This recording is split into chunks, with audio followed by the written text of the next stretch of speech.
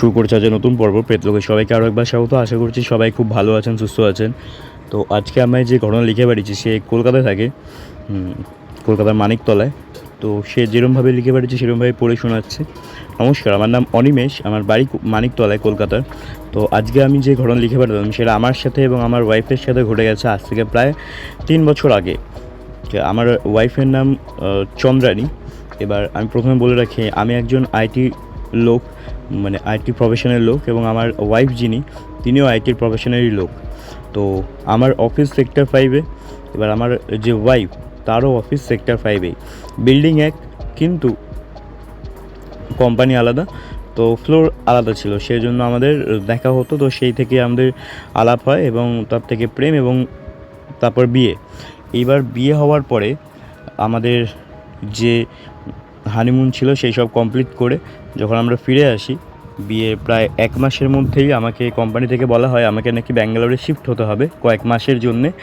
কারণ যে প্রজেক্টে কাজ চলছিল সেই সময় কোম্পানিতে, সেই প্রজেক্টে আমাকে লাগবে, এবং সেই জন্য আমাকে ব্যাঙ্গালোরে গিয়ে, ব্যাঙ্গালোরের যে ব্রাঞ্চ রয়েছে আমাদের অফিসেরই, সেই ব্রাঞ্চে গিয়ে কাজ করতে হবে। তো আমি বললাম ঠিক আছে, অফিসের জন্য যেতেই হবে। তো আমি সেখানে গেলাম। এবার আমার ওয়াইফের যে বাড়ি, মানে আসল বাড়ি আর কি, সেটা হচ্ছে হলদিবাড়িতে, নর্থ বেঙ্গল হলদিবাড়ি। এবার সে কাজের সূত্রে এই কলকাতার কেষ্টপুরে থাকতো একটা পিজিতে, এবং ওই সেক্টর 5-এ চাকরি করতো। তো বিয়ের পরে তো সে আমাদের সাথেই চলে আসে মানিকতলায়। তো যেহেতু আমি ব্যাঙ্গালোরে শিফট হয়ে যাই, তো সেই জন্য আমার ওয়াইফও কিন্তু ওই যে কোম্পানি ছিল সেক্টর 5-এ, সেখান থেকে রিজাইন মারে এবং ব্যাঙ্গালোরের একটা কোম্পানিতে সে চাকরি পেয়ে সেখানে আমার সাথে শিফট হয়ে যায় আর কি। তো 2-3 মাসের মধ্যে সে আমার সাথে শিফট হয়ে যায় ব্যাঙ্গালোরে। তো যেহেতু ওয়াইফ চলে এসেছে ব্যাঙ্গালোরে, সেজন্য আমরা একটা ফ্ল্যাট নিই, যাতে আমরা একসাথে থাকতে পারবো ভালোভাবে। তো ফ্ল্যাটটা নিয়েছিলাম। প্রথম 3-4 দিন বেশ ভালো রকমভাবে আমরা কাটিয়েছি। একদিনকে 5 নম্বর দিনকে এমন আমি কাজ করছিলাম আর কি। তো সেদিনকে আমি ওয়ার্ক ফ্রম হোম নিয়েছিলাম। তো আমি কাজ করছিলাম, হঠাৎ যেন আমার কেমন মনে হলো যে বাড়িতে কেউ একটা রয়েছে। মানে আমি একা নেই, ওয়াইফ সেদিনকে অফিস গেছে। তো দুপুরবেলা আমি কাজ করছি, আমার যেন কেমন একটা মনে হচ্ছে যে বাড়িতে আমি ছাড়াও কেউ একজন রয়েছে। আমি, হয় না অনেক সময় যে বাড়িতে কেউ থাকলে, দ্বিতীয় পার্সন কেউ থাকলে তার একটা এক্সিস্টিং ফিল হয়, সেই জিনিসটা আমার কিন্তু হচ্ছিল, কিন্তু আমি অতটা পাত্তা দিচ্ছিলাম না। ঠিক আছে, এই একদিন গেল। পরের দিনকে যখন আমরা অফিস থেকে ফিরছি, এবার ব্যাঙ্গালোরেও আমাদের দুজনের অফিস একদম পাশাপাশি ছিল, বিল্ডিং সেম ছিল না, একই এলাকায়। আমার অফিস থেকে আমার ওয়াইফের অফিসের দূরত্ব ছিল খুব জোর হলে 5 থেকে 7 মিনিট। তো সুতরাং আমরা দুজনে একসাথেই, আমাদের ছুটি হতো, একসাথে আমরা বাড়ি ফিরতাম। এবার যে জায়গায় আমাদের বাড়িটা ছিল, একটা গলির একদম লাস্ট যে বাড়িটা, সে বাড়িটা হচ্ছে যে বাড়িতে গিয়ে ধাক্কা খাচ্ছে, গলিটা যেখানে শেষ হচ্ছে সেখানে হচ্ছে আমাদের অ্যাপার্টমেন্টটা ছিল, আমাদের ফ্ল্যাটটা ছিল। এবার গলির একদম মুখ থেকেই কিন্তু আমাদের যে ফ্ল্যাট, সেই ফ্ল্যাটের আমাদের যে রুম, বেডরুম, সেই বেডরুমের লাগোয়া যে ব্যালকনি, সে ব্যালকনি কিন্তু দেখা যেত। এবার আমরা দুজনে ঢুকেছি গলিতে ঢোকার পরে 3-4 পা এগিয়ে এসেছি, দেখলাম যে আমাদের বেডরুমের ব্যালকনিতে কেউ একজন দাঁড়িয়ে রয়েছে। ঠিক আছে, একটা পুরুষ মানুষের অবয়ব দাঁড়িয়ে রয়েছে রেলিংয়ে হাত দিয়ে। তারপরে প্রথমে আমি বুঝতে পারছিলাম না ঠিক করে, প্রথমে মনে হচ্ছিলো যে মনের ভুল বা কিছু। তারপরে আমি দেখলাম যে মানুষটা ভেতরে গেল, মানে বেডরুমে ঢুকে লাইটটা জ্বালালো। ঘরের লাইটটা আমি দেখতে পাচ্ছি জ্বলছে। আমি তখন আমার ওয়াইফকে বলি যে ঘরের লাইট জ্বলছে, তুমি কি লাইটটা জ্বালিয়ে এসছো? আমি কিন্তু নিজেও দেখতে পেয়েছি যে একটা মানুষ ব্যালকানি থেকে রুমে ঢুকে লাইট জ্বালিয়েছে। তারপরেও আমি আমার ওয়াইফকে একবারে জিজ্ঞেস করলাম যে তুমি কি সকালবেলা যখন বেরিয়েছিলে লাইটটা জ্বালিয়ে বেরিয়েছিলে? তখন আমার ওয়াইফ বলছে আমি খামোখা লাইট জ্বালাবো কেন, আমাদের ফ্ল্যাট ছিল হচ্ছে 4 তলায়, তো 4 তলায় যথেষ্ট সকালবেলা আলো ঢোকে, তো আলো রয়েছে সকালবেলা এত, তারপরে আমি কেন লাইট জ্বালাতে যাবো খামোখা? তো আমি বললাম কী হলো ব্যাপারটা। আমি তখন আমার ওয়াইফকে দেখালাম যে রুমের ভেতরে, মানে আমাদের বেডরুমে আর কি, কেউ যেন হাঁটাচলা করছে, একটা পুরুষ মানুষ, বেশ লম্বা চওড়া একটা পুরুষ মানুষ, কালো রঙের পুরো একদম, হাঁটাচলা করছে, যেটা লাইট জ্বলছে বা বোঝা যাচ্ছে, পরিষ্কার বোঝা যাচ্ছে। তখন আমি এবং আমার ওয়াইফ দুজনে ওখান থেকে দৌড় মারি, মনে হচ্ছে, আমরা ভেবেছিলাম চোর ফোর কিছু ঢুকে আছে হয়তো। আমরা যাই সেখান থেকে যেখান থেকে আমরা দৌড় মারি সেখান থেকে আমাদের 4 তলায় মানে আমাদের অ্যাপার্টমেন্টে ঢুকে আমাদের রুম অবধি যেতে খুব জোর হলে 5 থেকে 7 মিনিট লেগেছে, ঠিক আছে। তো আমরা যখন আমাদের রুমের সামনে গিয়ে পৌঁছোই, আমরা দেখছি আমাদের দরজায় কিন্তু লক করা, মানে আমার ওয়াইফ যেরকম কলাপসেবল যে গেট, সেই গেটে তালা মেরেছে, এবং তারপর যে কাঠের দরজা সেই দরজাতেও তালা মেরেছে। তো দুটো তালা। তো দেখলাম যে তালা দেওয়া, তো ওয়াইফের কাছে চাবি, তো ওয়াইফ খোলার পরে আমরা যখন রুমে ঢুকি, হ্যাঁ, দুজনে দুটো হাতে ভারী জিনিস নিয়ে নিই, যাতে সামনে দিয়ে কেউ অ্যাটাক করলে বা ঘরে কেউ থাকলে আমরা তাকে মারতে পারবো বা কিছু করতে পারবো, মানে নিজের সেলফ ডিফেন্সের জন্য হাতে কিছু একটা নিয়ে নিই। তো তারপর কি হয়, আমাদের যে বেডরুম, সেই বেডরুমটা কিন্তু লক করে গেছিলো সকালবেলা। তো আমরা যখন বেডরুমের সামনে যাই, দেখলাম বেডরুমটাও কিন্তু বাইরে থেকে ছিটকানি মারা, যেরকম আমার ওয়াইফ প্রত্যেক দিন করে যেত। তো এবার যখন ওই ছিটকানি খুলে যখন আমরা বেডরুমে ঢুকি, দেখলাম ঘরের লাইট কিন্তু বন্ধ। আমরা দুজনে পরিষ্কার দেখেছি রাস্তা থেকে যে ঘরের লাইট জ্বলছে, তাহলে এখন কি করে বন্ধ হতে পারে? আর আমরা ওই 5 মিনিটের মধ্যে যে এসছি ওই জায়গা থেকে দৌড়ে 5 মিনিটের মধ্যে কারোর পক্ষেই মানে কোনো মানুষের পক্ষেই সম্ভব নয় ঘরের লাইট নিভিয়ে বেডরুমের দরজার ছিটকানি মেরে ঘর থেকে বেরিয়ে আবার যেরকম তালা ফালা লাগানো ছিল সেরকম লাগিয়ে পালিয়ে যাওয়া, ঠিক আছে, কারোর পক্ষেই সম্ভব নয়। আর আমরা আশেপাশে যে ফ্ল্যাট, তাদের কোনো মাথা ব্যথা নেই আমাদেরকে নেই, কারণ তারা জানে যে আমরা এসেছি কাজের সূত্রে, কয়েক মাসের মধ্যেই হয়তো আমরা আবার বাড়ি ফিরে যাব। এবং তার থেকে বড় কথা, ওরা কি কর্ণাটক ভাষায় কথা বলতো, খুব একটা ভালো হিন্দি তারা বলতে পারতো না আর কি। তো কর্ণাটক ভাষায় কথা বলতো, তা আমরা কিছু সেরকম বুঝতেও পারতাম না, এবং তারাও আমাদের কথা সেরকম বুঝতে পারতো না হিন্দি। তো যাই হোক, সেরকমভাবে কারোর সাথে কথা হতো না, তো তাদের কোনো মাথা ব্যথা নেই আমাদের ঘরে কী হচ্ছে না হচ্ছে সেই নিয়ে। তো ঢুকলাম, পুরো বাড়ি মানে আমাদের যে পুরো ফ্ল্যাট, সেই ফ্ল্যাটটা পুরো তন্ন করে খুঁজলাম, খাটের তলায়, বাথরুমে, ব্যালকানিতে, সব জায়গায়, প্রত্যেক কটা জায়গায়, রান্নাঘর সব জায়গায় আমরা কিন্তু তন্ন করে খুঁজলাম, কোথাও কেউ নেই, ঠিক আছে। তাহলে জিনিসটা হলো কী করে? এবার তার থেকে বড় কথা যেটা আমরা দুজনেই ফিল করেছিলাম, ঘরে ঢোকার মাত্রই কিন্তু একটা ঠান্ডা হাওয়া আমাদের কেমন একটা ঝাপটা মেরে বেরিয়ে যায়, মানে হাওয়াটা মনে হচ্ছিলো অনেকক্ষণ ধরে ঘরের মধ্যে আটকে রয়েছে। আমরা যেই দরজাটা খুলি, তালা ফালা খুলে যে দরজাটা খুললাম, কাঠের দরজাটা, তখন মনে হলো যে একটা ঠান্ডা হাওয়া দুজনকে ঝাপটা মেরে সিঁড়ি দিয়ে নিচে নেমে গেল। তো যাই হোক, আমরা তারপরে কিছু অত মাথা ঘামাইনি জিনিসটাকে, নিজে তো কেউ নেই, তো আমরা কী মাথা ঘামাবো, গেল সেদিনকে। পরের দিনকে রাতেরবেলা আমি কাজ করেছিলাম, আমি প্রায় দিনই, যেদিনকে আমার কাজে প্রেশার থাকে অফিসে, সেদিনকে আমি রাতেরবেলা কাজ করি। এবার আমাদের ঘরে বর্ণনা একটু আমি দিয়ে দিই। দরজা থেকে ঢুকলে একটা বিশাল বড় ডাইনিং রুম এবং ড্রয়িং রুম দুটো একসাথে অ্যাটাচ, মানে যেখানে আমাদের বসার জন্য সোফা প্লাস টিভি রয়েছে, সেখানেই আমাদের একটা সাইডে ডাইনিং টেবিল রয়েছে খাওয়া দাওয়ার জন্য, এবং তার সাথে ওপেন কিচেন, এবং কিচেনের পাশে রয়েছে আমাদের বাথরুম থেকে 2 পা এগিয়ে আমাদের হচ্ছে বেডরুমের পাশে আমার জন্য একটা ছোট্ট ওয়ার্কিং রুম আমি বানিয়েছিলাম, মানে ছিলই আর কি রুমটা, যেহেতু আমরা রেন্টে নিয়েছিলাম, তো ওই রুমটা ছিল, সেই যে রুমটা আমি ওয়ার্কিং রুম বানিয়ে নিয়েছিলাম। এবং ওই ওয়ার্কিং রুমের পাশ দিয়ে 2 পা কি 3 পা এগিয়ে, মানে যেখানে আমাদের ড্রয়িং রুমটা সেখানে শেষ হচ্ছে, সেই ড্রয়িং রুমের একদম লাগোয়া একটা বড় বারান্দা, খোলা বারান্দা, এবং আমাদের যে বেডরুম, সেই বেডরুমেও কিন্তু একটা খোলা বারান্দা রয়েছে, মানে পুরো বাড়িতে আমাদের 2টো বারান্দা। তো সেদিনকে আমি কাজ করছি আমার ওয়ার্কিং রুমে, আমার ওয়াইফ তখন ঘুমাচ্ছে, ঠিক আছে, বেডরুমে ঘুমাচ্ছে, এবং আমি আমার ওয়ার্কিং রুমে কাজ করছি। আমার কেমন জানি না মনে হলো কেউ যেন ওই ব্যালকানির দিক থেকে একটা বিশাল বড় কালো মতো অবয়ব চলে গেল আমাদের বেডরুমের দিকে, ঠিক আছে। এবার আমি যখন কাজ করি তখন আমি আশেপাশে কিচ্ছু দেখি না, কোথায় কী হচ্ছে না হচ্ছে কিচ্ছু দেখি না, কিন্তু ওই সময়টা আমি কাজটা একটু বন্ধ রেখে 5 মিনিটের জন্য যে পজ নিয়ে একটু অন্যদিকে তাকিয়েছিলাম, একটু অন্যমনস্ক ছিলাম, ঠিক আছে। এবার কি করব না করব এই জিনিসগুলো ভাবছিলাম। এবার সেই সময় আমি দেখতে পাই যে এরকম একটা জিনিস, একটা কালো মতো অবয়ব ব্যালকানির দিক থেকে বেডরুমের দিকে যায়। ব্যাপারটা আমি প্রথমে বুঝতে পারি না কী হলো। তারপর আমি কিছুক্ষণের জন্য তাকিয়েছিলাম সেদিকে, কিচ্ছু নেই। আবার যখন আমি অন্যদিকে তাকালাম, আবার আমার মনে হলো যেদিক থেকে গেছিলো আবার সেদিকে কিন্তু ফিরে গেল। ঠিক আছে, এবার আমি কি করলাম, উঠে গেলাম, গিয়ে ওয়ার্কিং রুমের দরজার সামনে গিয়ে দাঁড়ালাম। যে ড্রয়িং রুম, সেখানে কিন্তু একটা লাইট জ্বলছে অলরেডি, মানে একটা ছোট্ট ডিম লাইট লাল রঙের জ্বলছে, মানে পুরো ঘরটা কিন্তু অন্ধকার নয়, জ্বলছে। বুঝতে পারলাম না কি হচ্ছে, কে বা কোথায়, কিছু আমি বুঝতে পারলাম না। আমার গাটা বেশ ছমছম করছিল, মানে বেশ গাটা ভারী হয়ে আসছিলো।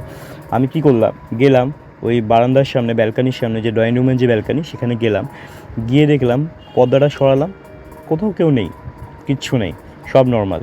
কিন্তু আমার গাটা কিন্তু বেশ ভারী হয়ে গেছিলো, আমি বুঝতে পারছিলাম, নিজেই বুঝতে পারছিলাম। তো আমি কী করলাম, বেডরুমে এলাম, দেখলাম আমার ওয়াইফ কিন্তু মানে অঘরে ঘুমাচ্ছে, যেটাকে বলে। অনেক সময় বোঝা যায় যে কেউ যদি অনেকক্ষণ ধরে ঘুমায় বা কেউ যদি কিছুক্ষণ আগেই ঘুমায়, এই দুটো জিনিসের মধ্যে কিন্তু ডিফারেন্স রয়েছে, বা বোঝা যায় যে কে অনেকক্ষণ ধরে ঘুমাচ্ছে এবং কে এক্ষুনি এসে ঘুমাচ্ছে। যেটা আমার দেখে মনে হলো ও কিন্তু অনেকক্ষণ ধরেই অঘরে ঘুমাচ্ছে। ঠিক আছে, তো আমি বুঝতে পারলাম না যে তাহলে কে। ওই দিনটা আমার কিন্তু আর ঠিক সুবিধা লাগলো না, কারণ আগের দিনেও ওরকম অফিস ফেরত হওয়ার সময় দেখলাম ঘরের মধ্যে কাউকে হাঁটাচলা করতে, প্লাস তারও আগের দিন দুই জিনিসটা আমি ফিল করেছিলাম দুপুরবেলা, ভর দুপুরবেলা। তো ওর জন্য আমি কাজবাজ রেখে বেডরুমে গিয়ে শুয়ে পড়লাম। ঠিক আছে, পরের দিনকে আমার ওয়াইফের ভীষণই শরীর খারাপ, জানি না কেন হঠাৎ করে শরীর খারাপ। তো আমি সে তো অফিস যায়নি, আমিও অফিস থেকে বলে ওয়ার্ক ফ্রম হোম নিয়েছিলাম, কারণ শুক্রবার ছিল, তো শুক্রবার একটু কাজের চাপটা কমই থাকে, তো নিয়ে নিলাম, কারণ শনি রবি ছুটি আইটিতে, শুক্রবার কাজের চাপ কম থাকে বলে আমি ছুটি নিলাম, ওয়ার্ক ফ্রম হোম নিয়ে নিলাম।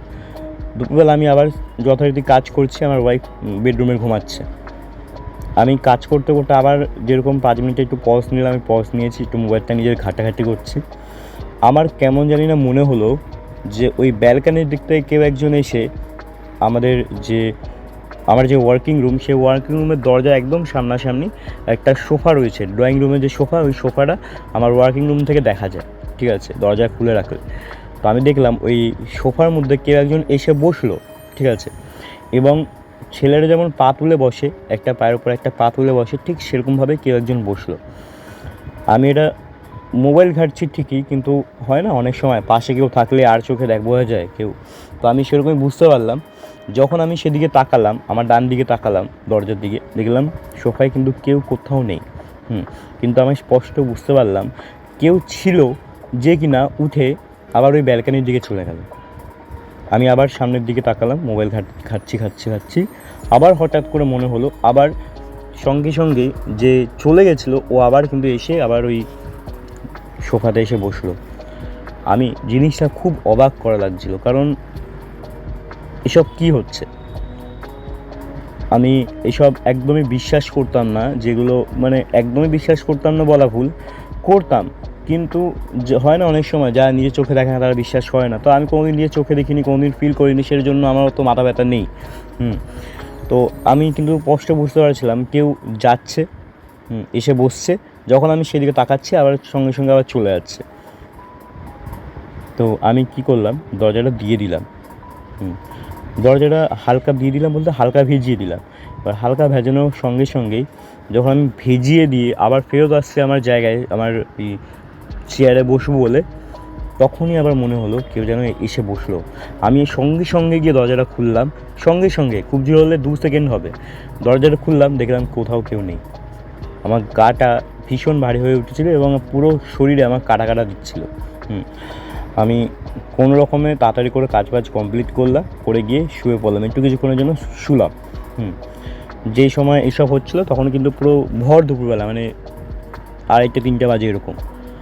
এইবার সেদিনকে রাতেরবেলায় আমি আবার যথারীতি কাজবাজ করছি, কারণ যে কাজটা করছিলাম দুপুরবেলা যেটা কমপ্লিট হয়নি সেটা তো করতেই হবে কমপ্লিট। তো আমি কমপ্লিট করছিলাম, কিন্তু সেদিনকে রাতেরবেলা আমার যথেষ্ট পরিমাণে ভয় লাগছিলো। আমি কিন্তু এখনও অবধি যা হয়েছে আমার ওয়াইফকে আমি কিচ্ছু বলিনি, কারণ একটু ভীত প্রকৃতির মানুষ, তো আমি কিছুই বলিনি ওকে, কারণ ভয় পেয়ে যাবে অযথা। আমি ওকে কিছুই বলিনি। যথেষ্ট আমার ভয় লাগছিলো সেদিনকে রাতেরবেলা আমার একা একা রাত জেগে কাজ করতে, কিন্তু কিছু করার নেই, কাজটা আমাকে কমপ্লিট করতে হবে, এইভাবে আমি কাজ করছিলাম। আমি সেদিনকে কী করেছিলাম, দরজাটাকে একটু হালকা ভিজিয়ে রেখেছিলাম, কারণ যাতে বাইরের কিছু আমাকে ডিস্ট্র্যাক্ট না করতে পারে বা কিছু দেখে আমি যাতে ভয় না পেয়ে যাই, ওই জন্য বন্ধ করে রেখেছিলাম। আমার ওয়ার্কিং রুমে তো লাইট জ্বলছিলোই, ঠিক আছে, আমার কেমন জানি না মনে হলো যে কেউ একজন আমার পেছনে এসে দাঁড়ালো।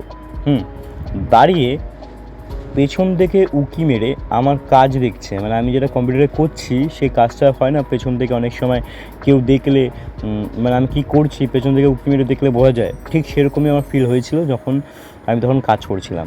মনে হচ্ছে কেউ একজন পেছনে এসে দাঁড়ালো এবং আমার কী কাজ করছি আমি সেটাকে পেছন থেকে দেখছে। আমি পেছনে করে তাকালাম, পুরো রুম কিন্তু খালি, কেউ কোথাও নেই। আমি আবার কাজে মনোযোগ দিলাম। কিছুক্ষণ পরে, খুব জোর হলে আর 7-8 মিনিট হবে, সে 7-8 মিনিট পরেই আমার মনে হলো আবার কেউ একজন এসে দাঁড়ালো আমার পেছনে। এবং একটা নিঃশ্বাস নিলে যেরকম শব্দ হয় শঁ শঁ করে, ঠিক সেরকম একটা শব্দ কিন্তু পাচ্ছিলাম। আমি আবার পেছনে ঘুরে তাকালাম, কোথাও কেউ নেই, কিচ্ছু নেই, আমি ছাড়া কেউ নেই। তারপরেই কিছুক্ষণ পরে আমি দেখলাম যেটা আমার যে ঘরের মানে ওয়ার্কিং রুমে যে দরজাটা আমি দিয়েছিলাম সে দরজাটা কিন্তু হঠাৎ করে নিজের থেকে খুললো, মনে হলো কেউ বেরোলো, আবার দরজাটা যেরকম অবস্থায় ছিল ঠিক সেরকম অবস্থায় হয়ে গেল। ব্যালকানির যে ড্রয়িং রুমে যে ব্যালকানি, সেই ব্যালকানির স্লাইডিং ডোর বন্ধ। আমি যে ওয়ার্কিং রুমে কাজ করেছিলাম সেই ওয়ার্কিং রুমের জানলা বন্ধ। তাহলে হাওয়াটা আসবে কোথা থেকে? আর আমি যেখানে কাজ করছি আর কি, যে ওয়ার্কিং রুমে, সেই ফ্যান এত স্পিড নেই যে একটা কাঠের দরজা নড়িয়ে দেবে, ঠিক আছে, যে নড়ানো হলে অনেকক্ষণ আগে নড়তে পারতো, আর এতটা কী করে নড়িয়ে দেবে তা আমার বোঝার সামর্থ্যের বাইরে ছিল। আমি সঙ্গে সঙ্গে উঠলাম, দরজার সামনে এসে দরজাটা খুলে দাঁড়ালাম। আমার মনে হলো কেউ যেন একটা কালো আবছায়ার মতো আমাদের ব্যালকানি থেকে ঝাঁপ মারলো নিচের দিকে। মানে ব্যালকানিতে দাঁড়িয়েছিল আমাদের দিকে তাকিয়ে, আমাদের রুমের দিকে তাকিয়ে। আমি যেই সামনে গিয়ে দাঁড়ালাম কেউ যেন ঝাঁপ মারলো, নিচের দিকে ঝাঁপ মারলো। আমি কে কে কে বলে এরকম চিৎকার করাতে আমার ওয়াইফ উঠে চলে এসছে, মানে আমি এতটাই জোরে চিল্লিয়েছি, সে দৌড়ে এসে বলছে কী হয়েছে কী হয়েছে। আমি তখন বললাম যে আমার কেমন যেন মনে হলো যে ব্যালকানিতে কেউ ছিল, আমাকে দেখে ঝাঁপ মারলো। আমার ওয়াইফ একদম চমকে গেছে, বলছে কী বলছো, কি এসব আবার হয় নাকি? দুজনে মিলে সঙ্গে সঙ্গে ব্যালকানির স্লাইডিং ডোরটা খুলে যখন নিচে মানে দেখলাম আর কি, নিচের দিকে কোথাও কেউ নেই, কিচ্ছু নেই। তো সঙ্গে সঙ্গে কাজবাজ যতটা হয়েছে বন্ধ করে দিয়ে আমার ওয়াইফ বললো চলো এসে ঘুমিয়ে পড়ো, কালকে করবে। গেলাম শুতে, ঘুম আমার আসছে না। আমার এই কদিন ধরে যা যা হচ্ছে জিনিসগুলো আমার মাথায় ঘুরে যাচ্ছে সারাক্ষণ, পুরো রাত আমার মাথায় ঘুরছে, আমার ঘুম হয়নি। পরের দিন শনিবার ছিল।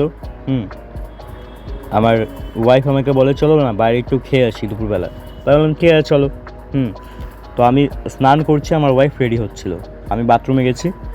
এবার বাথরুমে যখন আমি স্নান করছি আমি আমার ওয়াইফকে ডাক দিয়ে বললাম যে শুনছো একটু আমাকে তাওয়ালটা দাও না।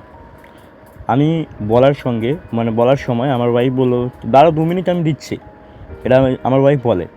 এইবার এটা বলার সঙ্গে সঙ্গেই কিন্তু 1 সেকেন্ডের মধ্যে আমার বাথরুমের দরজায় নক হলো।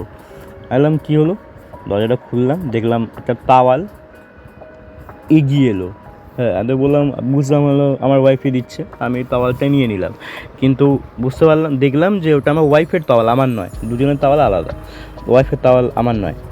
তো আমি বললাম হয়তো আমারটা হয়তো ভিজে, সেজন্য হয়তো ওটা দিচ্ছে। আমি অত কিছু না জিজ্ঞেস করে না কিছু বলে তাওয়ালটা নিয়ে নিলাম এবং বাথরুমে যে রড সেই রডে রেখে আবার স্নান করতে শুরু করলাম।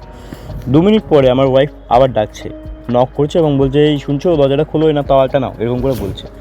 আমি তখন বললাম কী হলো? আমি দরজাটা খুলে মাথাটা বার করে তাকে বলি যে তুমি তো দিলে তাওয়াল আমাকে, এই তো তুমি তো এক্ষুনি আমাকে দিলে। তখন বলছে আমি তোমাকে তাওয়াল দেবো কেন, আমি তোমাকে বললাম 2 মিনিট দাঁড়াও আমি দিচ্ছি, আর আমি যদি তোমাকে তাওয়াল দিই তাহলে আমি আমার তাওয়াল কেন তোমাকে দেবো, আমি তোমার তাওয়ালটাই দেবো।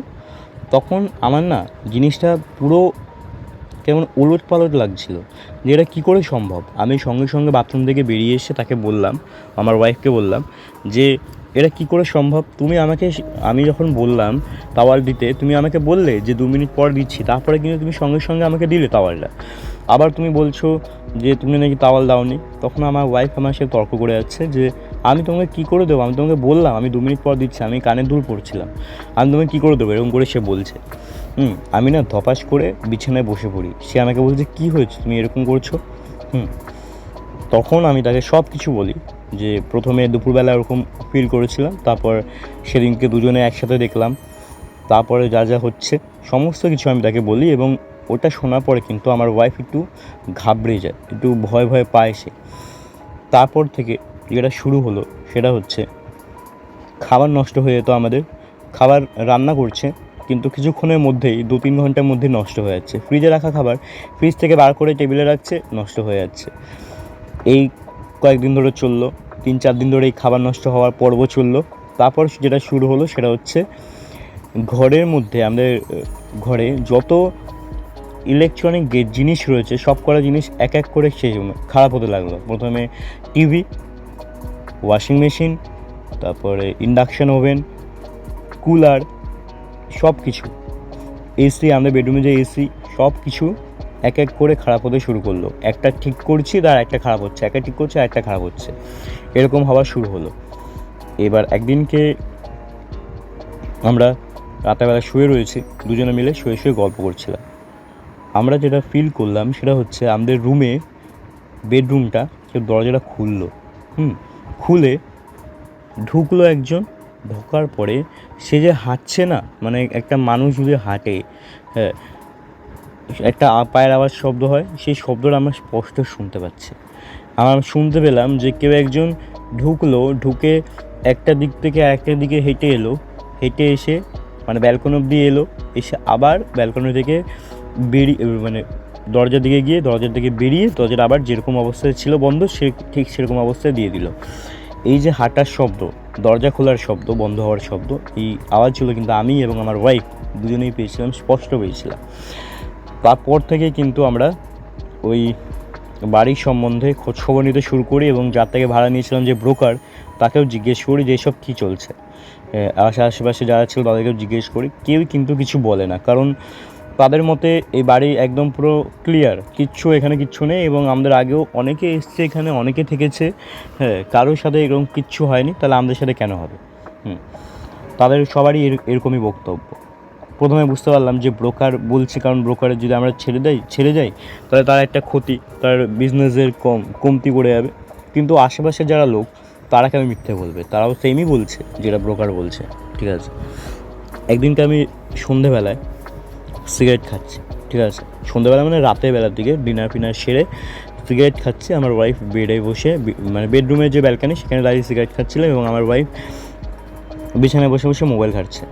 সিগারেটটা শেষ করে যখন আমি সিগারেটটা বার্ডসটা নিচে, যে শেষের যে বার্ডস, ওটাকে আমি নিচে ফেললাম এবং ফেলার পরে আমি যখন পেছনে ঘুরলাম যে বেডরুমে ঢুকবো বলে, আমি যেটা দেখলাম যে ব্যালকানির একটা কোনায় একটা কালো রঙের একজন কেউ দাঁড়িয়ে রয়েছে, তার পুরো শরীরটা গলে গেছে, মানে আগুনে পুরো ঝলসে গেছে যেটাকে বলে, এবং তার শরীর থেকে ক্রমাগত একটা পোড়া গন্ধ বেরোচ্ছে, মানে পোড়া মাংসের যে গন্ধ, সেই গন্ধ বেরোচ্ছে একটা পোড়া।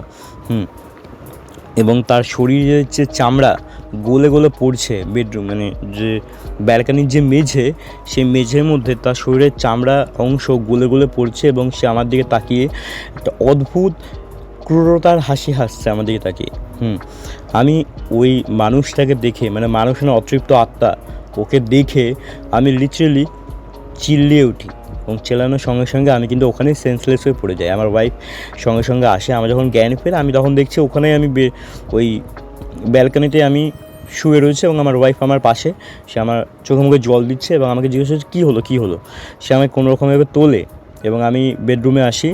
আসার পরে আমি তাকে বলি এই আমি দেখলাম এরকম। তো সে বলে যে তুমি অন্য ফ্ল্যাট দেখো, এমনি করে এখানে থাকা যায় না। হ্যাঁ, এরকম করে কী করে থাকবো আমরা? জানি না কবে আমাদের এই প্রজেক্টে কাজ শেষ হবে। হ্যাঁ, তো এমনি করে কী করে থাকা যায়? তো আমি বললাম হ্যাঁ ঠিকই বলেছো, এমনি করে কী করে থাকা যায়। তো পরের দিন থেকে আমরা নতুন ফ্ল্যাটে খোঁজ খবর লাগিয়ে দিই, হ্যাঁ, যে কোথাও অন্য কোনো ফ্ল্যাট আছে কি না, ওরকম লাগিয়ে দিই খোঁজ খবর। তো কী হয়, আমাদের ওই ফ্ল্যাট খুঁজতেও কিন্তু, নতুন ফ্ল্যাট খুঁজতেও প্রায় 7 থেকে 8 দিন বা তারও বেশি সময় লেগেছিল আমাদের। এবার ওই দিনগুলোতে আমরা বীভৎস রকমের সব জিনিস অনুভব করতাম, যেগুলো হচ্ছে যে খাবার নষ্ট হওয়ার পর্বটা কিন্তু তখনও কন্টিনিউ ছিল আর কি। তার সাথে যেটা হচ্ছে রাতের বেলা হলেই বা সন্ধ্যেবেলা থেকেই শুরু হয়ে যেত জিনিসপত্র পড়ার শব্দ। বিশেষ করে রাতের বেলা হতো, খাবার টাবার আমরা খেয়ে যখন শুয়ে পড়তাম তখনই এই জিনিসগুলো হতো যে একটা পোড়া গন্ধ পেতাম, পোড়া মাংসের যে গন্ধ হয় সেই গন্ধটা আমরা পেতাম আমরা দুজনেই পেতাম। শুনতে পেতাম যে রান্নাঘর থেকে জিনিসপত্র পড়ে যাচ্ছে, স্টিলের জিনিসপত্র নিজের থেকেই পড়ে যাচ্ছে। রান্নাঘরে কোনো আমাদের জন্য জানলা ফানলা কিছু নেই, ঠিক আছে, একটা ছোট্ট হোল মতো রয়েছে যেটা ওই চিমনির হোল, তাছাড়া কিচ্ছু নেই। তো হাওয়া কোথা থেকে ঢুকবে? তো আমরা তখন স্পষ্ট হয়ে গেছিলাম এসব হাওয়ার জন্য হচ্ছে না, এসব ওই অতৃপ্ত আত্মার জন্যই হচ্ছে। তো ওরকম একটা আওয়াজ পেতাম, জিনিসপত্র পড়ার শব্দ, একটা পোড়া মাংসের গন্ধ, যেটা আমরা একদম টলারেট করতেই পারতাম না, একটা অসহ্যকর একটা পোড়া মাংসের গন্ধ। আর একটা জিনিস যেটা আমরা নতুন লক্ষ্য করছিলাম সেটা হচ্ছে আমাদের যে বেডরুম, সে বেডরুমের যে 4 দেওয়াল, সে 4 দেওয়ালে কিন্তু কালো কালো ছোপ ছোপ পড়তে শুরু করেছে। মানে প্রথম দিন যখন আমরা দেখেছিলাম অল্প ছোপ, 4টে দেওয়ালে অল্প অল্প করে ছোপ, যত দিন যেতে লাগলো তত কিন্তু ছোপটা ধীরে ধীরে বাড়তে লাগলো, ক্রমাগত বাড়তে লাগলো। মানে কীরকম বলবো, একটা বদ্ধ ঘরের মধ্যে যদি আগুন লেগে যায়, হ্যাঁ, সেটা যেন যেরকম পুরো ঘরটার মধ্যে পুড়িয়ে দেবে, ঘরটা আমার পুরো কালো হয়ে যাবে, ঠিক সেরকম ওই আমাদের ঘর এটা পুরো কালো কালো ছোপ ছোপ হয়ে গেছিলো। আমাদের ঘরের রং ছিল সি গ্রিন কালার, তিনটে দেওয়ালে সি গ্রিন কালার, একটা দেওয়ালে ডিপ কালার, ডিপ ব্লু। আমরা যখন ওই রুমটা ছাড়ি 7-8 দিন পরে, তখন আমাদের বেডরুমটা পুরো কালো হয়ে গেছিলো, 4টে দেওয়াল পুরো কালো, যেন মনে হচ্ছে কালো রঙই করা দেওয়ালে।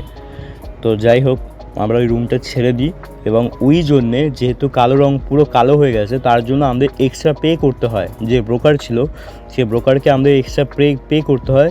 তার মতে আমরা রুমটা ওরকম করেছি, নষ্ট করেছি। তো যাই হোক, দিয়ে দিই, কিছু করার নেই। আমরা নতুন ফ্ল্যাটে শিফট হওয়ার পরে 1 সপ্তাহ কিচ্ছু হয়নি।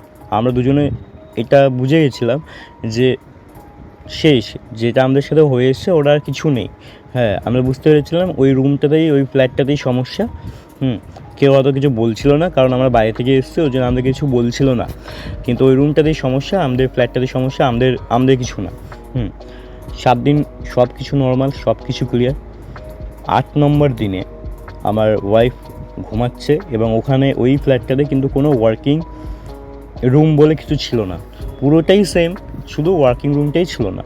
তো আমি আমার যে বেডরুম, সেই বেডরুমে একটা কোণায় একটা টেবিল মতো লাগিয়েছিলাম এবং টেবিল ল্যাম্প জ্বলছে, এখন আমি কাজ করছি। আর বাকি যে রুমটা, সেই রুমে একটা ছোট্ট মতো লাল রঙের একটা ডুম লাইট মতো জ্বলছে, 0 পাওয়ার যেটাকে বলে, আমরা বাঙালি বলি 0 পাওয়ার, সেটা জ্বলছিল। কাজ বাজ শেষ করে আমি যখন আমার যে রুমের লাগোয়া যে ব্যালকানি, সেখানে গেলাম একটা সিগারেট খেয়ে যখন আমি রুমে ঢুকলাম, আবার আমি দেখছি যে লাইটটা এতক্ষণ ক্লিয়ার জ্বলছিল, যে 0 পাওয়ারটা, সেটা কিন্তু ব্লিঙ্ক করছে।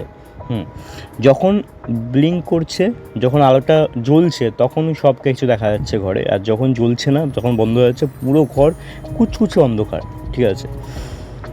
যখন লাইটটা জ্বলছে তখন আমি কি দেখছি, ওই সেই পোড়া মানুষটা, পোড়া অতৃপ্ত আত্মাটা যেটাকে বলে, ওই অতৃপ্ত আত্মাটা কিন্তু আমার ওয়াইফের পাশে, মানে ওয়াইফ তো শুয়ে রয়েছে, ওয়াইফের পাশে বসে রয়েছে এবং সে আমার ওয়াইফের মাথায় লিটারালি হাত বোলাচ্ছে, ঠিক আছে। আমি দেখে চিল্লিয়ে উঠি এবং সঙ্গে সঙ্গে ঘরের লাইটটা জ্বালিয়ে দিই। লাইট জ্বালানোর সঙ্গে সঙ্গে আমি যেটা দেখলাম, ঘরে কেউ নেই, আমার ওয়াইফ শুয়ে রয়েছে এবং আমি দাঁড়িয়ে রয়েছি, আর কোথাও কিছু নেই। আর তার থেকে বড় যেটা অবাক করা কাণ্ড, সেটা হচ্ছে সেদিনকে আগের ফ্ল্যাটে যখন আমি চিল্লিয়েছিলাম, তখন কিন্তু আমার বেডরুমে ছিলাম না, আমি ছিলাম আমার ড্রয়িং রুমে, এবং সেখানে যে জোরে আমি চিল্লিয়েছিলাম তার থেকেও বেশি জোরে আমি সেদিনকে চিল্লিয়েছিলাম ওই বেডরুমে তাকে দেখে। কিন্তু ওই চেল্লানোর শব্দে কিন্তু আমার ওয়াইফ ছুটে চলে এসেছিলো, কিন্তু সেদিনকে কিন্তু আমার ওয়াইফ একটা বারের জন্য ঘুম থেকে ওঠেনি। এবং সে কিন্তু ঘুমানোর সময় অল্প হলেও নাক ডাকে, কিন্তু সেদিনকে তার কোনো নাক ডাকার কোনো শব্দ আমি পাচ্ছিলাম না। আমি সেদিনকে রাতের বেলা একটা ফোঁটাও কিন্তু ঘুমাতে পারিনি পুরো রাত। ওই যে পোড়া মাংসের গন্ধ, যেটা আমরা ওই আগের ফ্ল্যাটেও পেয়েছি, সেটা এই ফ্ল্যাটেও কিন্তু আমি তখন পাচ্ছিলাম, সারা রাত পেয়েছি এবং আমি এক ফোঁটার জন্য ঘুমাতে পারিনি। পরের দিন সকালবেলা আমার ওয়াইফ অফিস যায়, ফিরে যখন আসে তখন সে বলছে যে তার চাকরিটা নেই। কারণ সে এতটাই ইররেগুলার হয়ে গেছিলো অফিসে, সেজন্য তাকে বার করে দেওয়া হয়েছে।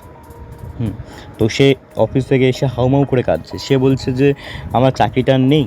হ্যাঁ, এত এক্সপেন্সিভ জায়গা, এত এক্সপেন্সিভ একটা ফ্ল্যাট তুমি এত কী করে সামাল দেবে আমাকে, সে বলছে এবং হাউমাউ করে কাঁদছে। সে বলছে চলো আমরা কলকাতায় ফিরে যাই, ওখানে গিয়ে কিছু করবে। তখন আমি তাকে বললাম যে কান্নাকাটি করো না, সব ঠিক হয়ে যাবে, আমি আছি, সব ঠিক হয়ে যাবে। তো কান্নাকাটি আমি তাকে সান্ত্বনা দিচ্ছিলাম। পরের দিন থেকে আমার ওয়াইফের ব্যবহারে আমূল পরিবর্তন, যেটা হচ্ছে সারাদিন সে শুয়ে রয়েছে, সারাদিন। তার মধ্যে কোনো এই জিনিসটা নেই যে একটা চাকরি চলে গেছে, সে একটা চাকরি খুঁজবে, এই ব্যাপারটা কিন্তু নেই। পরের দিনকে আমি যখন অফিস যাচ্ছি তখন সে ঘুমাচ্ছে। আমি যখন অফিসে গিয়ে 12টা-1টার সময় তাকে কল করি তখনও সে ঘুমাচ্ছে। আর লাঞ্চের টাইম 2:30-3টের সময় যখন কল করি তখনও সে বলছে আমি ঘুমাচ্ছি। যখন আমি অফিস থেকে বেরোলাম 6:30টার সময় তখনও কিন্তু সে ঘুমাচ্ছিল। আমি যখন রুমে ঢুকি তখনও দেখছি আমার ওয়াইফ বিছানায় পড়ে পড়ে ঘুমাচ্ছে। আমি তাকে জিজ্ঞেস করলাম যে কী গো, তুমি সারাদিন ধরে ঘুমাচ্ছ নাকি? সে বলছে হ্যাঁ, সে ওই কালকে রাতেরবেলা, আগের দিন রাতেরবেলা যে ঘুমিয়েছিল সেই থেকে সে ঘুমিয়েই চলেছে। সে একটাবার জন্য ওঠেও নি, দুপুরবেলা খায়ও নি। ঠিক আছে, আমি এ কী কাণ্ড গো, তুমি খাচ্ছ না, কী ব্যাপার? আমি তাকে বলি যে জানো কি হয়েছে, সে বলছে কি হয়েছে। আমি বললাম আমার চাকরিটাও আর নেই। সে বলছে কেন? আমি বললাম যে অফিস থেকে বলেছে যে প্রজেক্টটার জন্য আমি এখানে এসেছিলাম, সেই প্রজেক্টটা শেষ হয়ে গেছে, তো আমাকে আর তাদের লাগবে না। এবং আমার যে কলকাতার যে ব্রাঞ্চ, কলকাতার যে অফিস, তাকে সেখানে আমি কল করাতে তারা বলে যে নতুন যদি কোনো প্রজেক্ট আমি নিয়ে আসতে পারি তাহলে সে অফিসে থাকবে, না হলে আমাকে আর তারা রাখবে না। আমাকে নিজের থেকে রেজিগনেশন লেটার দিতে বলেছে। এই কথাটা শোনার পরে আমার ওয়াইফ কোনো রিয়াকশান নেই। ওয়াইফ বলছে ও আচ্ছা, দেখো কী করবে, ব্যাস এইটুকু। আমি অবাক হয়ে গেলাম, বললাম এ কী জিনিস, মানে যে কিনা একদম পাগল হয়ে যাচ্ছিলো নিজের চাকরির জন্য, যে এত এক্সপেন্সিভ জায়গায় কী করে চলবে, সে আমার চাকরি চলে গেল, তার কোনো তাল তবা কিছু নেই। পরের দিন থেকে আমি তো চাকরির জন্য চরিত্র করতে শুরু করলাম, কিন্তু সে কিন্তু ওরকমভাবেই সারাদিন ধরে ঘুমিয়ে যাচ্ছে আর কি। রান্নাবান্না করা কোনো সিন নেই, না সকালে উঠছে না দুপুরে উঠছে, যখন মর্জি উঠছে, একটু এদিক ওদিক পায়চারি করছে, আবার ঘুমিয়ে পড়ছে। কারণে অকারণে আমার উপর চেল্লাচ্ছে, মানে একটা তুচ্ছ কারণে, যেগুলো যার জন্য চেল্লানোর কোনো মানেই হয় না, সেই কারণে সে আমার উপর চেল্লাচ্ছে। আমি যখন তার সামনে যাচ্ছি, তার সাথে কথা বলছি, তাকে স্পর্শ করছি, তার মধ্যে একটা বিরক্তির ভাব, একটা ঘৃণার ভাব। আমি যখন রাতেরবেলা তার পাশে গিয়ে শুতাম, সে বলতো যে সরে যাও, হ্যাঁ এখান থেকে সরে যাও, এরকম একটা ঘৃণার একটা ভাব, যেন মনে হতো যে আমি একটা পরপুরুষ। এরকম একটা মনে হতো, মানে কয়েকদিনের মধ্যেই তার ব্যবহারে যে এতটা আমূল পরিবর্তন আসবে সেটা আমি কল্পনার বাইরে। মানে আমি বুঝতে পারছিলাম এটা কেন হচ্ছে। একটা চাকরি যা চলে যাবে সে তো আরও নমনীয় হয়ে যাবে, সে তো আরও চাকরির জন্য চেষ্টা চরিত্র করবে। কিন্তু সে যখন প্রথমে আগের ফ্ল্যাটে ওরকম হচ্ছিল, সে আমাকে বলেছিল চলো আমরা কলকাতায় ফিরে যাই। এবার আমি যখন তাকে বলছি যে চলো আমরা কলকাতায় ফিরে যাই, তখন সে বলছে না আমি যাব না, আমি এখানেই থাকবো, আমার এখানে ভালো লাগছে। আমি বুঝতে পারছিলাম না যে কেন। এবং যখনই আমি তাকে বলতাম যে চলো কলকাতায় ফিরে যাই, তখনই কিন্তু সে চিৎকার করে উঠতো। মাঝে মাঝে আমাকে তুই তাকারি করে ফেলতো। আমার বাড়ি থেকে তাকে কল করা হতো, সে ফোন ধরতো না, যেটা আগে একদমই হতো না। যখনই আমার বাড়ি থেকে আমার বাবা মা ফোন করতো, আমার বিশেষ করে আমার বোনের সাথে তার খুব ভাব ছিল। আমার বোন যখনই তাকে ফোন করতো তখনই সে সব কাজবাজ ছেড়ে দিয়ে কথা বলতো। তার বাবা মা যখন তাকে কল করতো সে তখন ভালোভাবে কথা বলতো, কিন্তু সে কিন্তু কারোর ফোনই তুলছে না। সবাই আমাকে জিজ্ঞেস করেছে যে তার কী হয়েছে। আমি বললাম জানি না আমি কী হয়েছে। আমি তাকে বললাম যে এই ব্যাপার। সে তারা কিছুই বুঝতে পারছে না আর কি। একটা চাকরি খোঁজ পেয়েছিলাম ব্যাঙ্গালোরে, তো আমি যাই চাকরিটার জন্যে। 5 জনের পরে আমার নাম, ঠিক আছে, আমি অনেকক্ষণ ধরে বসে আছি, একজনের জন্যই অনেকক্ষণ সময় লাগছিলো ইন্টারভিউতে। আমি ঠিক করলাম যে একটু বাথরুম থেকে ঘুরে আসি। বাথরুমে গেছি, বাথরুমে টয়লেট করেছি। যখন আমি বেসিনে এসেছি সিঙ্কে আসার পর থেকে আমি একটা পোড়া গন্ধের, যে গন্ধটা আমি পেতাম আর কি আমার রুমে এবং আগের ফ্ল্যাটে, সেই গন্ধটা আমি পাচ্ছিলাম। যখন আমি মুখটায় নিচু করি যে একটু মুখে চোখে জল দেবো বলে, জলটা দেওয়ার পরেই আবার যখন আমি মুখটা খুলে আয়নায় দেখি, সামনে আয়নায় তাকাই, দেখছি ওই সেই অতৃপ্ত আত্মা, পোড়া গলা মানুষটা আমার পেছনে দাঁড়িয়ে রয়েছে। ব্যঙ্গের হাসি হাসছে সে, এটাই আমাকে মিন করা, মানে তার হাসিটা এটাই মিন করছে যে তুই আমাকে পেছন ছাড়াতে পারবি না, তুই যা ইচ্ছা করে নে, ফ্ল্যাট চেঞ্জ কর, যা ইচ্ছা কর, তুই আমার পেছন ছাড়াতে পারবি না। এই তার হাসিটা এইটাই প্রমাণ হচ্ছিল।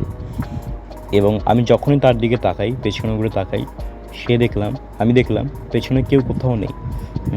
ওই সময়টা আমার শরীর এতটা খারাপ হয়ে যায়, হ্যাঁ, এতটাই ওই জিনিসটা, মানে গন্ধটা এতটা তীব্র গন্ধ ছিল, একটা পোড়া গন্ধ, যে আমার প্রচুর পরিমাণে বমি হয়।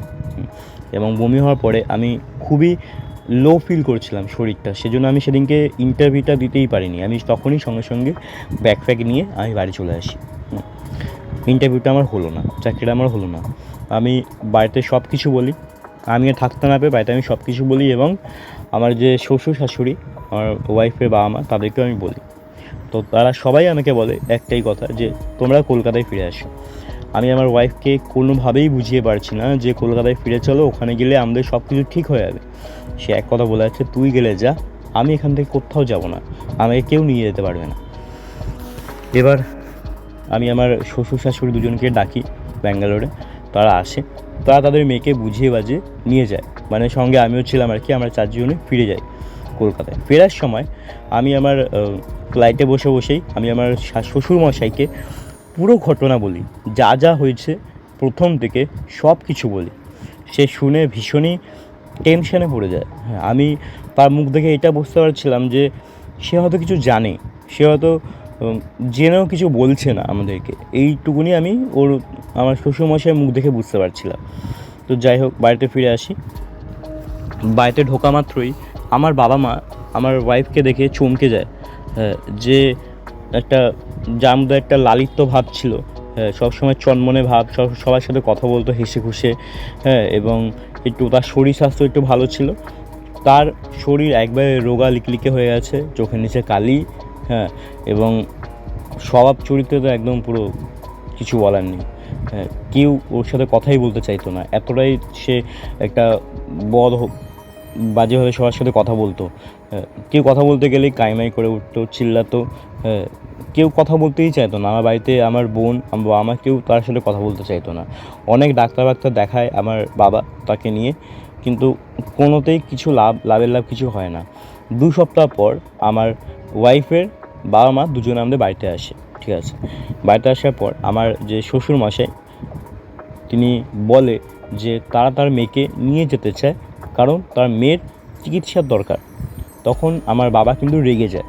আমার বাবা বলে যে আপনি কী বলতে চাইছেন, আমরা আপনার মেয়েকে কি ঠিকঠাক যথাযথ মানে ঠিকঠাক চিকিৎসা করাচ্ছি না? আপনি জানেন এই 2 সপ্তাহে আপনার মেয়ের জন্যে কত টাকা খরচা হয়ে গেছে আমাদের ডাক্তারের পেছনে। তখন আমার শ্বশুরমশাই বলে যে আপনি খারাপভাবে নেবেন না কথাটা। হ্যাঁ, আমি জানি আমার মেয়ের সাথে কী হয়েছে, এবং ওই জিনিসটা কিন্তু কোনো ডাক্তারই ঠিক করতে পারবে না। হ্যাঁ, ওই জিনিসটার জন্য আলাদা জিনিসের দরকার। তখন আমার বাবা বলে কী দরকার? তখন বলে যে তান্ত্রিকের দরকার। আমার বাবা প্রচণ্ড পরিমাণে খেপে যায়, কারণ আমার বাবার পক্ষে, বাবা এইসব জিনিস একদমই সহ্য করতে পারে না। এইসব তান্ত্রিক, ভূত, পিশাচ এসব একদমই বিশ্বাসই করে না। তো বাবা বলছে যে এসব আমাদের বাড়িতে বলবেন না, আমার বাড়ির বৌমা কোনো দিন কোনো তান্ত্রিক ওঝার কাছে যাবে না, ঠিক আছে? আপনারা যান, আমি আমার বৌমাকে ঠিক সুস্থ করে নেব। তখন আমার শ্বশুরমশাই বলে আপনি ভুল বুঝছেন। হ্যাঁ, আপনারা তো 2 সপ্তাহ ধরে চেষ্টা করলেন, অনেক তো ডাক্তার দেখালেন, অনেক খরচা করলেন, কিন্তু কিছুতেই কিছু হলো না। আমি আপনার ছেলের থেকে, আমার জামাইয়ের থেকে সমস্ত ঘটনা শুনেছি সেদিনকে ফেরার সময় ফ্লাইটে বসে। তো আমার যেটা মনে হয় সেটাই আমি আজকে আপনাদের বলতে এসেছি, যে ও কেন এরকম করছে। হ্যাঁ, এবং আমার ওই জামাই যেটা, আপনার ছেলে যেটা দেখেছে, সেটা কী দেখেছে সেটাও আমি জানি, কাকে দেখেছে সেটাও আমি জানি। তো তারপর তারা এসে বসে আমাদের বাড়িতে, ঘরে আমাদের যে ড্রয়িং রুম, সেখানে সোফায় বসে, এবং তখন আমার শ্বশুরমশাই বলা শুরু করে। সেখানে আমি, আমার শ্বশুরমশাই, আমার বাবা এবং আমার মা, শাশুড়ি সবাই ছিল আর কি, আর আমার ওয়াইফ ছিল বা নিজের ঘরে দরজা ফরজা বন্ধ করে ছিল আর কি। কারোর সাথে কথা বলতো না, কারোর সাথে দেখা করতো না, শুধু খাওয়ার জন্য ঘর থেকে বেরোতো এবং একটু এদিক ওদিক হলেই সবার মধ্যে চেলামিল্লি করতো। না স্নান করা না কিচ্ছু করতো না। জামা প্যান্ট ওই একই জামা প্যান্ট পরে যেত, দিনের পর দিন এক জামা প্যান্ট পরে যেত। যেহেতু আমার বেডরুমে, যে রুমে আমি আর আমার ওয়াইফ থাকতাম আমাদের বাড়িতে, সেই রুমে যেহেতু অ্যাটাচ বাথরুম রয়েছে, সেই বাথরুমটা সে ইউজ করতো এবং ইভেন আমাকেও কিন্তু আমার বেডরুমে ঢুকতে দিত না। সে একাই ঘুমাতো রাতেরবেলা। আমি সেই বেডরুমে ঢুকতে গেলেই আমাকে বলতো, তুই যা, তুই আমার সাথে থাকবি না, তুই যা, আমি একা থাকবো। এরকম করে সে আমাকে তাড়িয়ে দিত আর কি, আমাকে আমার রুমে ঢুকতে দিত না। আর যখনই আমি আমার রুমে ঢুকতাম, বেডরুমে যেখানে আমার ওয়াইফ থাকে আর কি, পোড়া গন্ধ, সেই পোড়া গন্ধ। আমার মনে হতো যে ওই জিনিসটা, আমি এটা স্পষ্টই ছিলাম যে ওই জিনিসটা আমার ওয়াইফের পেছন ছাড়েনি। মানে গন্ধটা পেয়েই আমি এটা বুঝতে পারতাম। আর বিশেষ করে গন্ধটা আসতো রাতেরবেলা। আমার বাবা মা সবাই ওই গন্ধটা পেত, কিন্তু আমি তাদের কাউকে বলতে পারতাম না যে কিসের গন্ধ এটা।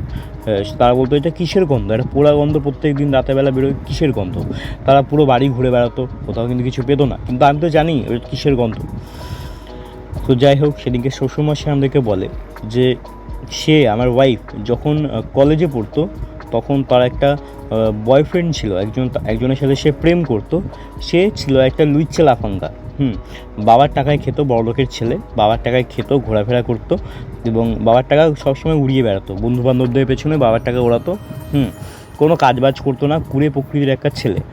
সারাদিন এদিক ওদিক ঘুরে বেড়াতো, আর আমার মেয়ের পেছন ঘুরতো। এবার মেয়ের সাথে তার একটা সম্পর্ক ছিল আর কি। এবার তার দাবি হচ্ছে যে সে তার মেয়ে বন্ধু, ছেলে বন্ধু সবার সাথে ঘুরে বেড়াবে, সবার সাথে রাত কাটাবে, কিন্তু আমার মেয়ে যখন তার ছেলে বন্ধুর সাথে একটু সামান্য কথা বলবে, হেসে কথা বলবে বা একটু সামান্য দেখা করবে, তখন সেটা সে পছন্দ করতো না, সেটা সে সহ্য করতে পারতো না।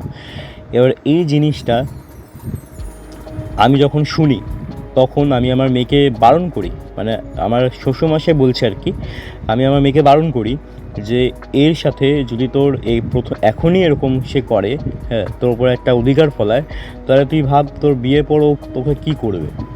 তোকে ও নিজের মতো থাকতেই দেবে না। তখন এই জিনিসটা কিন্তু আমার মেয়ে বুঝতে পারে, এবং বুঝতে পারার পরে যখন সে দেখছে যে তাদের রিলেশনশিপটা একটু টক্সিক হয়ে যাচ্ছে, আমার মেয়ে কিন্তু ওই রিলেশনশিপ থেকে সরে আসে। এবং যেহেতু তাদের মধ্যে একটা ভাঙন হয়ে যায়, তো ওই জিনিসটা কিন্তু ওই ছেলেটা সহ্য করতে পারে না। কারণ একটা বড় লোকদের ছেলের মধ্যে একটা হয় না, ইগো, একটা অহংকার, ওই জিনিসটা ওকে কুড়ে খেত যে একটা মেয়ে, একটা মধ্যবিত্ত ঘরের মেয়ে, তাকে না করে দিল, তার সাথে সম্পর্ক ভেঙে দিল। এই জিনিসটা সে কিন্তু সহ্য করতে পারতো না। এবং রাস্তায় যখনই দেখা হতো, তারপরে সবসময় আমার মেয়ের পেছন নিত, বিরক্ত করতো, 14খানা ফোন দিয়ে নাম্বার দিয়ে কল করতো, একটা নাম্বার ব্লক করতো, তার একটা নাম্বার দিয়ে কল করতো, এরকম করতো। একদিনকে আমার ওয়াইফ এবং আমার মেয়ে দুজনে মিলে পুজো দিয়ে বাড়ি ফিরছে, সে আমার মেয়ের পেছন করে এবং সামনে এসে সে আমার মেয়ের সাথে কথা বলতে চায়। আমার আমার ওয়াইফ তাকে বলে যে না, সে তোমার সাথে কোনো কথা বলবে না, তুমি তোমার জায়গায় চলে যাও, বারবার বিরক্ত করো না, আমি কিন্তু পুলিশে বলতে বাধ্য হব। তখন সেই ছেলেটা আমার মেয়েকে বলে যে তুই যদি আমার সাথে কথা না বলিস, আমি কিন্তু তোর গায়ে অ্যাসিড ছুঁড়ে মারবো, মানে অ্যাসিড ছোড়ার হুমকি দেয়। এই জিনিসটা হওয়ার পরে যখন তারা এসে আমাকে বলে, আমার ভীষণ রাগ হয় এবং আমি গিয়ে পুলিশে বলে দিই। এবার পুলিশে বলার সময় সেই পুলিশ ছেলেটাকে তুলে নিয়ে যায় এবং যেহেতু আমার মানহানি মামলা করেছিলাম ছেলের নামে, ছেলেটাকে বেধড়ক মারে। এবং তারপরে যখন সে বাড়ি ফিরে যায়, তার গায়ে যে ওই মারের দাগ, ওই দাগ দেখে তার বন্ধুরা তার উপরে হাসাহাসি করে, খিল্লি করে যে একটা মেয়ের জন্য তোকে জেল খাটতে হলো, মার খেলি, এই সব অনেক কিছু বলে। এবং তার যে বাবা মা, তারা কিন্তু তাকে আর ঘরে তুলে নেয়নি, তারা তাকে বলেছে তুই নিজের রাস্তা দেখে নে ভাই, আমাদের বাড়ির কোনো কেউ এরকম জেল খাটেনি, তোকে আমরা আমাদের ছেলে বলে মানি না, এইসব বলে তার বাবা মা তাকে ঘর থেকে বের করে দেয়। এবং ওই পরে 2 দিন পরে আমরা জানতে পারি ওই ছেলেরা একটা জঙ্গলে, মানে আমাদের নর্থ বেঙ্গল তো একটা জঙ্গল এলাকা রয়েছে, ওই জঙ্গলের মধ্যেই একটা কুঁড়ে ঘর ছিল, মাটির ঘর আর কি। সেই ঘরের মধ্যে আগুন লাগিয়ে সে আগুনের মধ্যে ঢুকে যায় নিজের থেকে। মানে প্রথমে সে ঘরের মধ্যে আগুন লাগায়, তারপরে নিজে ওই ঘরের মধ্যে ঢুকে যায়। এবং তার যে রুম, মানে তার যে বাড়ি আর কি, যেখানে তার বাবা মা থাকে, সেই বাড়িতে তার যে রুম, সেই রুম থেকে একটা সুসাইড নোট পাওয়া যায়। সেখানে স্পষ্ট স্পষ্ট লেখা রয়েছে যে চন্দ্রানী, তুই যদি আমার না হোস তাহলে তুই কারোর হবি না। আমি তোকে ভালোবাসতাম, তুই আমাকে ছেড়ে দিয়ে চলে গেলি। আমি জীবিতকালে তোকে আমি পাইনি ঠিকই, কিন্তু আমি তোকে কথা দিলাম মৃত্যুর পরে আমি তোকে আমার সাথে নিয়ে যাবই, কেউ আমাকে আটকাতে পারবে না। জীবিতকালে তুই তোর বাবা মা আমাকে আটকে দিয়েছিস, কিন্তু মৃত্যুর পরে কেউ আমাকে আটকাতে পারবো না, আমি তোকে নিয়ে যাবো। এই জিনিসটা সে ওই সুসাইড নোটে লিখে তারপর সে কিন্তু সুসাইড করে। আমরা যখন গেছিলাম তাকে দেখতে, যখন তার বডিটা বার করা হয়ে গেছিলো, আমিই গেছিলাম। আমার মেয়ে বা আমার ওয়াইফ কেউ জানি, আমি গেছিলাম। দেখলাম যে তার পুরো শরীরটা ঝলসে গেছে আগুনে, পুরো কালো হয়ে গেছে এবং তার শরীর থেকে ওই চামড়া গলা গলে গলে পড়ছে, আর একটা পুরা বাজে গন্ধ।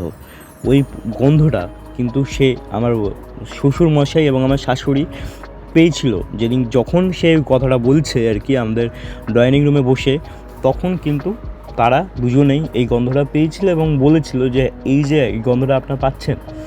আমার বাবা বলে হ্যাঁ পাচ্ছি, এটা তো আমরা সবসময় পাই, প্রত্যেক দিন পাই এবং রাতের বেলা বেশি পাই। তখন আমার শ্বশুরমশাই বলে যে এই গন্ধটাই আমি তখন ওই ছেলেরা যখন মারা গেছিলো, যখন আমি দেখতে গেছিলাম, তখন কিন্তু এই গন্ধটাই আমি পেয়েছিলাম। তো তারপর আমার বাবা রাজি হয়, যে বলে ঠিক আছে আপনারা নিয়ে যান আপনার মেয়েকে, গিয়ে দেখুন কি করতে পারেন, ঠিকঠাক করে দিয়ে যাবেন। আবার যেরকম আমার বৌমা ছিল, যেমন করে আমি আপনার বাড়ি থেকে আমার বৌমাকে নিয়ে এসেছিলাম, আবার সেরকম করে দিয়ে যাবেন। তখন আমার শ্বশুরমশাই বলে ঠিক আছে তাই হবে, এবং কথা হয় যে সব কিছু ঠিকঠাক হয়, যে আমি তাদের সঙ্গে আমার ওয়াইফকে নিয়ে, চন্দ্রানীকে নিয়ে তাদের বাড়ি যাব, হলদিবাড়িতে। সেখানে তাদের যে গুরুজি রয়েছে এবং বিশাল বড় বশিষ্ঠ তান্ত্রিক আর কি, তাদের কথায় তাদেরকে দেখাবে, তারপরে সে নাকি ঠিক হয়ে যাবে, এরকম একটা কথা। তো পরের দিনকে আমাদের বেরোনোর কথা ছিল সকালবেলায়। সেদিনকে রাতেরবেলা আমরা খেতে বসেছি, সবাই মিলে একসাথে বসে পড়েছিলাম আমরা ডাইনিং টেবিলে। আমার ওয়াইফ বসেছে খেতে, কিন্তু তার থালায় ভাত রয়েছে, তরি তরকারি সব কিছু রয়েছে, সে খাচ্ছে না। থালার মধ্যে ভাতটাকে নিয়ে এদিক ওদিক করছে। আমি একবার তাকে বললাম যে কী গো, তুমি খাচ্ছ না কেন? খেয়ে নাও, তোমাকে তো ওষুধ সব কিছু খেতে হবে। কোনো সারা শব্দ নেই, সে নিজের মতো করে যাচ্ছে। আমার পাশেই সে বসেছিল। আমি আবার বললাম একই জিনিস, তাও কোনো সারা শব্দ নেই। 3 নাম্বার যখন আমি একটু চিল্লিয়ে বললাম তার সামনে গিয়ে, তখন সে উঠে দাঁড়িয়ে আমাকে বললো, এই তুই আমাকে জ্ঞান দিচ্ছিস কেন? তুই কে তুমি জ্ঞান দেওয়ার? হ্যাঁ, তুই নিজের কাজটা কর না, সবসময় আমার পেছনে পড়ে থাকিস, তোর কী দরকার আমার সাথে এত? হ্যাঁ, তুই কে হোস? সবসময় আমার চোখে তেল দিস, এরকম করে সে আমাকে বলছে। লিটারেলি সে তুই তাকারি করে সবার সামনে আমার সাথে বলছে।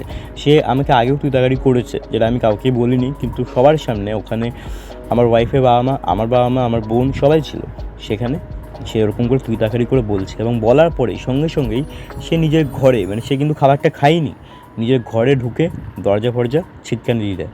ঠিক আছে, এইবার সেদিনকে আমরা ঠিক করি যে তাকে আর কিছু বলবো না, কারণ সে মাথা গরম এমনি হয়ে গেছে। হ্যাঁ, পরের দিনকে সকালবেলা আমরা তাকে ডাকবো, কারণ সকালবেলার যে এই জিনিসগুলো কিন্তু একটু কমই থাকে। যতটা সন্ধ্যে পর থেকে এই জিনিসগুলো একটু তার মধ্যে স্বভাব চরিত্র একটু এই পরিবর্তনটা দেখা দিতে, কিন্তু সকালবেলা থাকে না বলবো না, কিন্তু একটু কম থাকে, মানে সকালে একটু কথাবার্তা শোনে আর কি।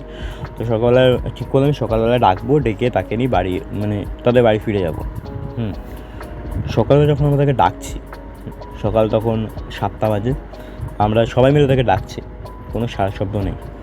2 ঘন্টা হয়ে গেছে, 2.5 ঘন্টা হয়ে যাচ্ছে, তাকে আমরা ডেকেই চলেছি, কোনো সারা শব্দ নেই।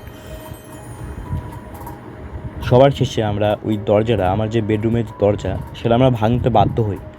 আমরা সবাই মিলে, আমি, আমার শ্বশুরমশাই এবং বাবা, 3 জন মিলে দরজাটা যখন ভাঙি, আমরা দেখলাম যে আমার রুমে যে সিলিং ফ্যান, সেই সিলিং ফ্যানে আমার ওয়াইফের বডি ঝুলছে, একটা ওড়নার মধ্যে সে ঝুলছে। আমি তো নিজের চোখে বিশ্বাস করতে পারছিলাম না প্রথম দেখায়। হ্যাঁ, আমি জানি না আমি কী দেখছিলাম, কান্নায় ভেঙে পড়েছিলাম। আমি এবং আমার ওয়াইফের বাবা মা 3 জনেই কান্নায় ভেঙে পড়েছিলাম। আমার মাও লিটারেলি কাঁদছিল, সবাই কাঁদছিল বাড়িতে। আমরা কোনোদিন বুঝতেও পারিনি যে এই জিনিসটা হবে, মানে একটু সামান্য খাবার জন্যে এই জিনিসটা হবে। তখন আমার শ্বশুরমশাই বলে যে ওর কথা কিন্তু ঠিক রাখলো। ও কিন্তু ওই সুসাইড নোটে লিখে রেখেছিল যে আমি জীবিতকালে তোকে পাইনি, আমি মরার পর তোকে ঠিক নিয়ে যাব। এই কথাটা কিন্তু সে রেখেছিল। এবং ও যখন হলদিবাড়ি থেকে এখানে এসেছিলো আর কি, তখন সে বলে, মানে আমার শ্বশুরমশাই তখন বলে যে ওর চাকরি বাকরি করা কিন্তু কোনো কথা ছিল না, হ্যাঁ। কিন্তু ও কিন্তু যখন ওখানে মানে ছেলেরা সুসাইডের পরে ও কিন্তু ওখানেও, মানে আমার ওয়াইফ ওখানেও তাদের বাড়িতেও মাঝে মাঝেই তাকে দেখতে পেত। যখন সে কলেজ থেকে ফিরতো, তার নিজের বাড়িতে ছাদে অনেক জায়গায় তাকে কিন্তু দেখতে পেত ওরকম ঝলসানো একটা অতৃপ্ত আত্মা, যার শরীর থেকে মাংস গলে গলে পড়ছে, এরকম একটা দেখতে পেত অতৃপ্ত আত্মাকে। তো সে আমাদের বলেছিল বলেই আমরা বলেছিলাম যে ঠিক আছে তুই কলকাতা চলে যা, গিয়ে ওখানে চাকরি বাকরি কর, তুই নিজের পায়ে দাঁড়া। তো কলকাতা আসার পর সেরকম কিছু দেখতে পাইনি। আবার তো আমি যখন ব্যাঙ্গালোরে শিফট হই, তারপর থেকে সব জিনিস শুরু হয় আর কি। তারপর তার পোস্টমর্টম হয় আমার ওয়াইফে। পোস্টমর্টম রিপোর্টে আসে সুসাইড, যেটা হয়েছে আর কি। ওই দিনের পর থেকে আমি একটা দিনে রাতেরবেলা ঠিক করে ঘুমাতে পারিনি। যখনই আমি ঘুমাতাম তখন আমার ওই ওয়াইফের ঝুলন্ত বডি আমার চোখে ভেসে আসছে। এবং আমি একদিন স্বপ্ন দেখেছিলাম যে মানে যেদিনকে হয়েছে সব শান্তি মিটে গেছে, কাজ ফাজ সব কিছু হয়ে গেছে, আমাদের বাড়িতেও হয়েছিল, কাজ ফাজ সব মিটে গেছে। তারপর আমি একদিনকে স্বপ্নে দেখলাম যে ওই অতৃপ্ত আত্মা আমার ওয়াইফকে নিয়ে দুজনে হাত ধরে আমার সামনে দিয়ে আমি দাঁড়িয়ে রয়েছি এবং আমার সামনে দিয়ে আমার ওয়াইফ এবং ওই অতৃপ্ত আত্মা দুজন মিলে হাত ধরে সামনে দিয়ে চলে যাচ্ছে। এবং আমার ওয়াইফ একটা বারের জন্য আমার দিকে পেছন ঘুরে তাকায়নি, কিন্তু ওই অতৃপ্ত আত্মা কিন্তু আমার দিকে তাকিয়ে একটা ব্যঙ্গের হাসি হাসছিল, যেটা মিন করছিল যে দেখ আমি তোর ওয়াইফকে নিয়ে চলে যাচ্ছি, তুই কিছু করতে পারছিস না। এই জিনিসটা কিন্তু সে মিন করছিল তার হাসিতে। ঘুমটা আমার ওখানেই ভেঙে গেছিলো, আর ঘুম আসেনি। তো তারপর থেকে আমিও চাকরি বাকরি পেয়ে যাই। আমার জীবনে যে অভাব অনটনগুলো ছিল কয়েকদিন ধরে, সেগুলো কিন্তু শেষ হয়ে যায়। তো এটাই ছিল আজকের ঘটনা। আশা করছি আপনাদের ভালো লাগলে লাইক, কমেন্ট এবং সাবস্ক্রাইব করে দিন চ্যানেলটা, এবং আপনার বন্ধুবান্ধব, পরিবার পরিজন সবার সাথে শেয়ার করে দিন। আশা করি তাদেরও ভালো লাগবে। এবং আপনাদের জীবনে যদি ঘটে যায় এরকম কোনো ঘটনা, মেল করুন pretlok00@gmail.com ইমেলে। দেখা হচ্ছে পরের ভিডিও। ততদিন ভালো থাকবেন, সুস্থ থাকবেন। ধন্যবাদ।